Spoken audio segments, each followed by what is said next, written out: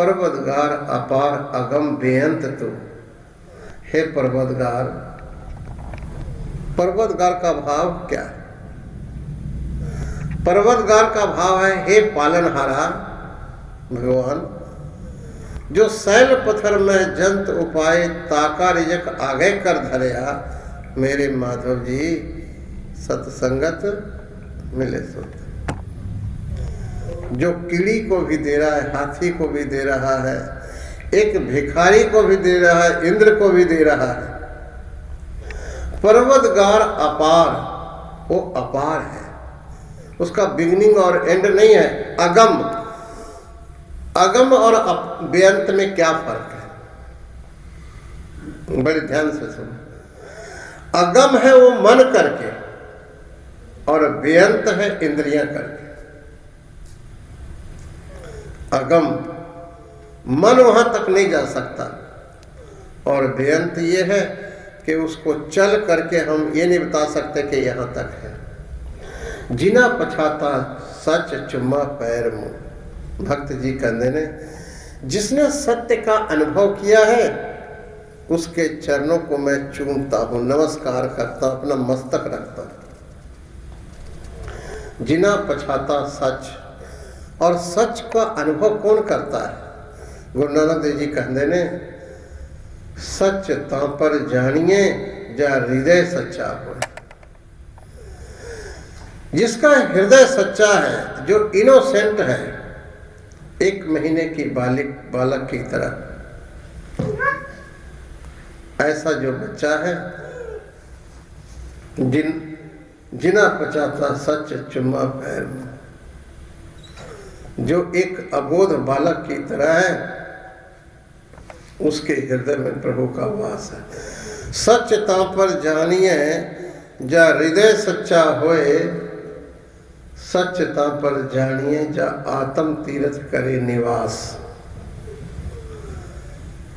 जो शरीर इंद्रियां मन बुद्धि सबको त्याग करके आत्मा में वास करता है, वो सत्य का अनुभव कर लेता है। 2 चीजें ने, एक the absolute truth and the appearance. एक सत्य है, परम सत्य है, और दूसरा उसका आभास है। जो एब्सोल्यूट ट्रूथ है, not possible to see him with senses, उसको इंद्रियों से तो नहीं देख सकते, नॉट पॉसिबल। हम इंद्रियों से वही देखते हैं जो इंद्रियों की क्षमता है। इंद्रियों की क्षमता है अपीयरेंस को देख पाता है, उसके प्रतिबिंब को। द होल क्रिएशन वाहिगुरु का प्रतिबिंब है, और इंद्रियां वही कुछ देखती है। लेकिन रूप के पीछे जो अरूप छिपा है, उसको इंद्रियां नहीं देख पाती। रूप, ये सारा जगत रूप है, नाम और रूप है। जो भी चीज देख लो उसका कोई नाम है, कोई रूप है,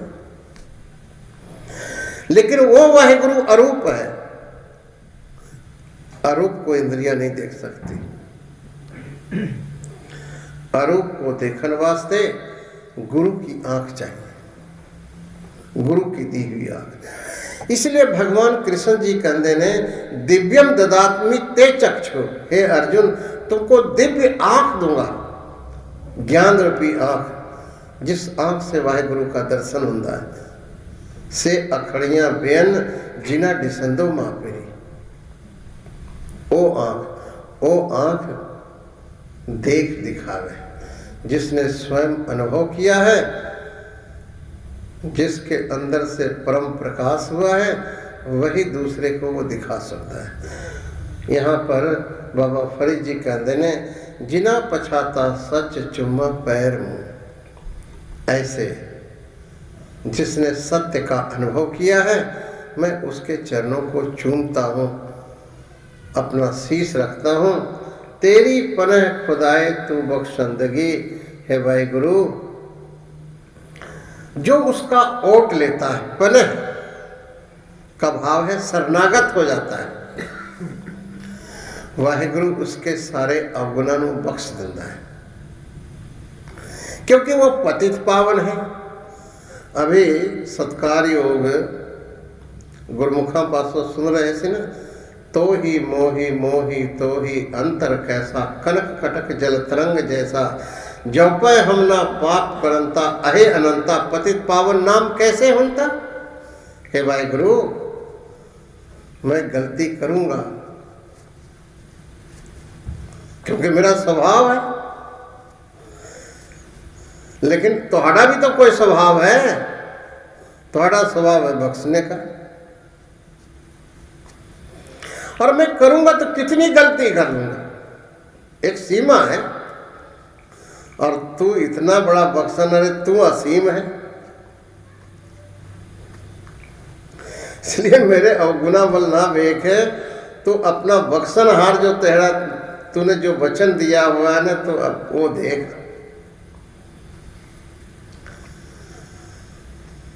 ये नाशवान व्यक्ति कितना पाप कर लेगा। और तुम्हारी एक दृष्टि जो है, आंख बंद करने से सृष्टि समाप्त हो जाता, आंख खोलने से सृष्टि नहीं बन जाती है। तो मैं ज्यादा नहीं, एक बार कृपा रूपी आंख हमारे तरफ खोल दो, सारे मेरे पाप जल जाने। यहां पर तेरी पनह खुदाए तू बख्शंदगी, इसलिए हार पर्यो स्वामी के द्वारा दीजय बुद्ध विवेक। मैं सब कुछ छोड़ करके सर्वधर्मान परित्यज्य मामेकम शरणम व्रज, मैं सब को छोड़ करके तुम्हारे शरण से आए। चंगे हैं मंदे हैं जैसे हैं तुम्हारे। जब कोई वाहेगुरु के चरणा से शरणागत हो जाता है ना, कि वाहेगुरु तुम्हारा ही ओट है, जिस साहेब की टेक नानक मन माहे, जिस सिमरत सुख होए सगले दुख जाए। इसलिए ओट आसरा शरणागत वाहिगुरु का, उसका शरणागत होते ही व्यक्ति के अंदर एक चमत्कार घटता है। तेरी पनह खुदाए तू बख्शंदगी, पनह का भाव है शरणागत हो जाना। हे वाहिगुरु, तू हमेशा बख्शन है, शेख फरीद खैर दीजे बंदगी। मैं कुछ नहीं मांगदा, खैर दे दो, भीख मांग रहा हूं। मांगने की भी जांच चाहिए कि हमने क्या मांगना है। यूं तो प्रभु का वचन है कि जो मांगा ठाकुर अपने ते सोई सोई देवे। वो तो जो मांगोगे वही देगा, लेकिन हमने भी तो सोचे कि मांगना है। नाशवान को कहे को मांगना है, जो अविनाशी है उसको मांगो। जो हम अपने परिश्रम से पा सकते वो ना मांगो, जो हमारे बस में नहीं है, जो प्रयास से प्रयत्न से नहीं पा सकते, वो मांगो प्रभु से। शेख फरीद खैर दीजिए बंदगी, हे वाहेगुरु मुझे बंदगी दो। बंदगी का भाव ये है कि चलते फिरते सोते बैठते जागते कंटिन्यूअस रिमेम्बरिंग, तुम्हारी याद ना भूले, बस तू ही तू रह जा और सब हमारे मन से हृदय से निकल जाए। ये जो जीवन है बंदगी की, एक अनोखी घटना है। ये दास जब आदरणीय बाबा जी के चरणों में चरण है, तो बाबा जी जब देखते हैं कि 2 मिनट कोई भी आदमी इधर उधर की बात करने लग रहा है, कहते तो सुखमणि साहब का टेप थोड़ा ऊंचा कर दो। मैं सुनी बात नहीं करता, मैं तो उनके चरणों में जो देखता हूँ सुनता हूँ वही बोलता, वो कहते थोड़ा तेज कर, ताकि उसकी बात हमारे तक नहीं पहुंचेगी, और पहुंचेगी तो गुरु की वाणी पहुंचेगी। और अगला की बात को कोई सुनेगा नहीं तो चुप करके उठ के चला जाएगा, और गुरु से जुड़े। बाबा जी इतने कोमल है, वो कहते भी कुछ नहीं और ना कह करके भी सब कुछ कर देंगे। उसको भी लगने लग जाता है कि मैं महापुरुषों को फिक्के वचन काय को बोलता सी, पूछना ही सीता तो गुरु की वाणी पूछता। अनोखा अद्वितीय ने बाबा जी, अद्वितीय। ऐसे महापुरुष सदियों में कभी कभी आते ने, कभी कभी। तेरी पनह खुदाए तो बख्शंदगी, शेख फरीद खैर दीजिए बंदगी। हे भाई गुरु, मैं आपके शरण से आया हूं मंगता बन के, मंगता बन के आया हूं और देना है तो एक ही चीज दो, और हमें नहीं कुछ चाहिए। वो क्या है? तेरी याद बनी रहे बस। शेख फरीद खैर दीजिए बंदगी, बंदगी दे दो। क्योंकि बंदगी जो है कृपा के बगैर नहीं मिलता। जब तक गुरु और ईश्वर की कृपा ना हो बंदगी नहीं मिलता।